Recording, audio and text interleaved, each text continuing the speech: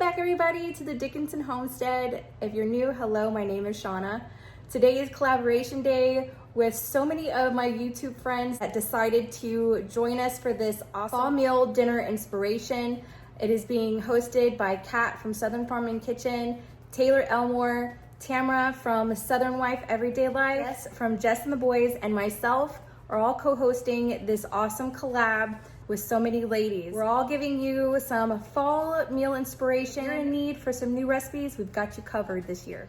There is a playlist down below, so I hope you click on that so you can see everybody's recipes, all their videos. I am making a pork chop and dressing crockpot recipe that I absolutely love. It is so delicious and I'm excited to get to share this with you. I'm also making a 3-ingredient cookie butter fudge that is just as good and awesome for fall. So if you want to see how to make these things, then keep on watching.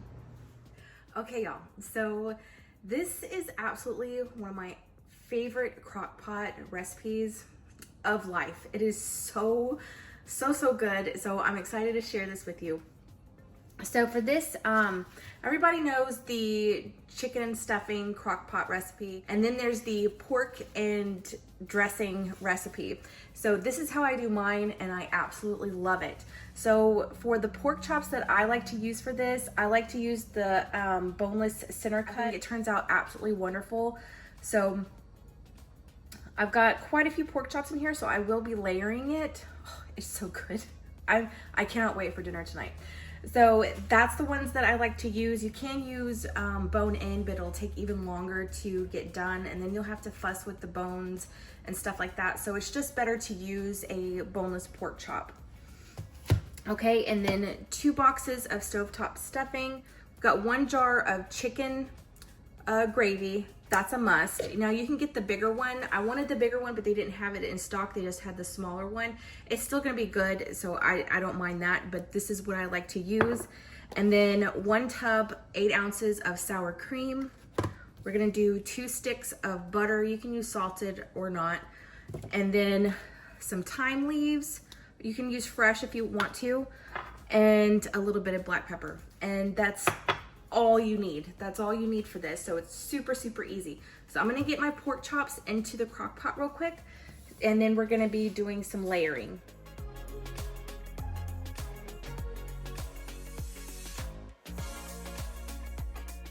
Okay, so I've got my first layer of pork chops in there, and I'm gonna go ahead and season them up with some black pepper and some of the thyme leaves.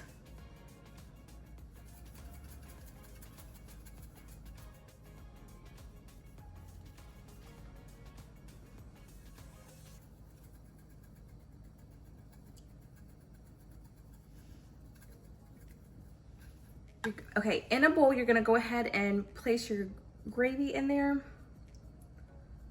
And then you're gonna just pour some water in, about a cup of water. I'm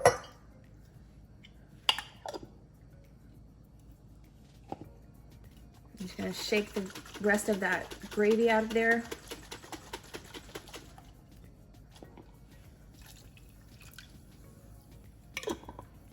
If you wanted to use some chicken stock, you could use that, but I feel like it might be a little salty, a little too much salt. I've done that before and I thought it was a little bit too salty, so I just used the water.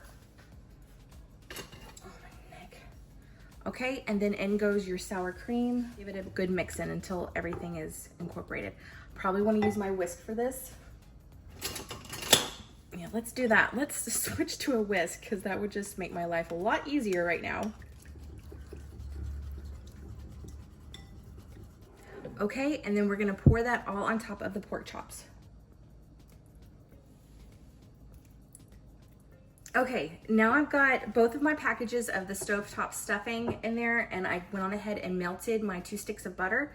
And what we're gonna do is just get the stovetop stuffing nice and moist. Now you don't have to use butter if you don't wanna use butter. You could use some chicken stock or chicken bouillon, anything like that, and put about a cup of it in there just to moisten up the cornbread.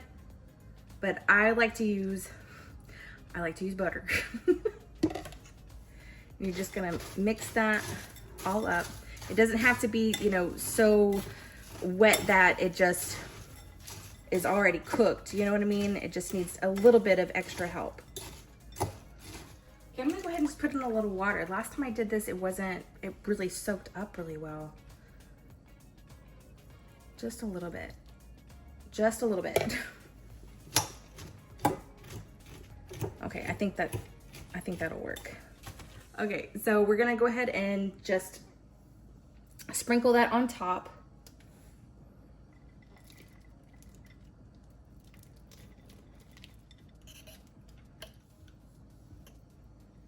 Okay, that's good. I can feel the texture, and I should have been a little bit patient, but I'm not a very patient person. Okay, and then you're going to put this on low for 8 hours, and it's gonna cook for a full 8 hours. And by the end of the day, those pork chops are gonna be, that's my drain. Oh. Okay, we're gonna be cooking this on low for 8 hours, for a full 8 hours, and by the end of the day, those pork chops are gonna be so good with that stuffing. It's just delicious. Now, if you want to put veggies in there, I would put the veggies underneath the layer of the stuffing. A couple times I've done it with green beans, and by the end of the day, they were so tough and like rubber, so I just don't even go there now. I just do the veggies on the side and just keep it as it is. So we'll be back in 8 hours. Okay, so what you're gonna need is 2 sticks of salted butter, and you're gonna need to melt that down. You're gonna need 1 container of cookie butter. This is just a great value one, or you could get the Biscoff. I think most of the grocery stores have their own version of the Biscoff cookie butter. And then you're gonna need 2 cups of powdered sugar. So what you're gonna do first is get your butter nice and hot and melted.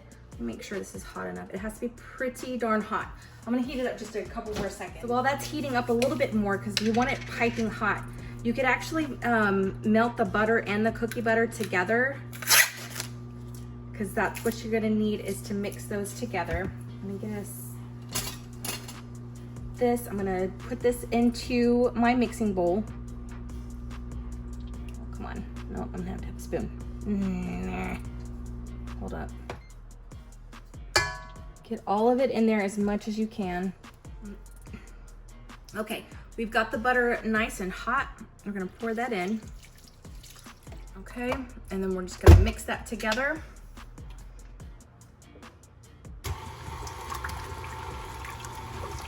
Until it's nice and smooth. Okay, now while that's mixing, we're gonna put in 2 cups of the powdered sugar.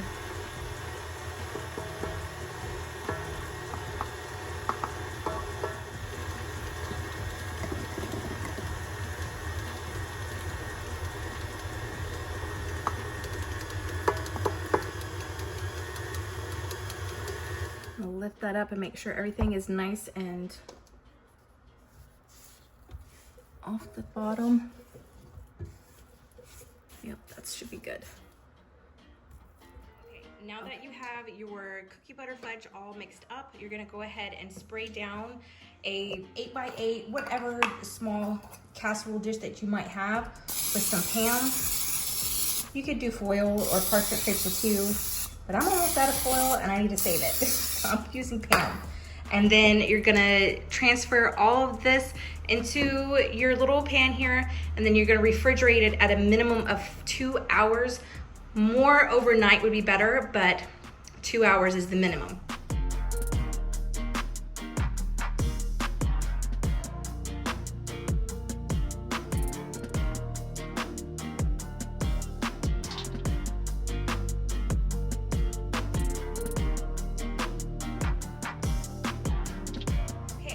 Up the fudge and it turned out beautiful. The boys really love this, and it's super simple and easy with minimal ingredients. So I hope you give that one a try, because it is so good. It's so good, and it's something different. So if you're not a fudge lover but you want to try out a new fudge recipe, I hope you give it a go. Okay, so it is done and it is looking beautiful. The stuffing is not dried out. It's perfect, so exactly how I like it. And if it starts to look like it's kind of burning on the sides, you can go in there and just kind of toss them around, get some of that gravy juice in with the stuffing, and it'll be just fine. So I'm gonna go ahead and turn off my crock pot. I'm gonna let it sit for about 20 minutes and I'm gonna get my green beans going and I'm gonna get my rolls going and dinner is gonna be done.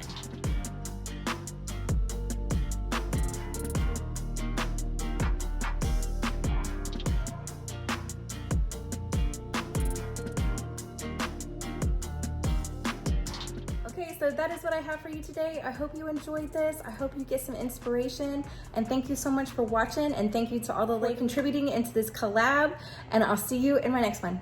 Bye y'all.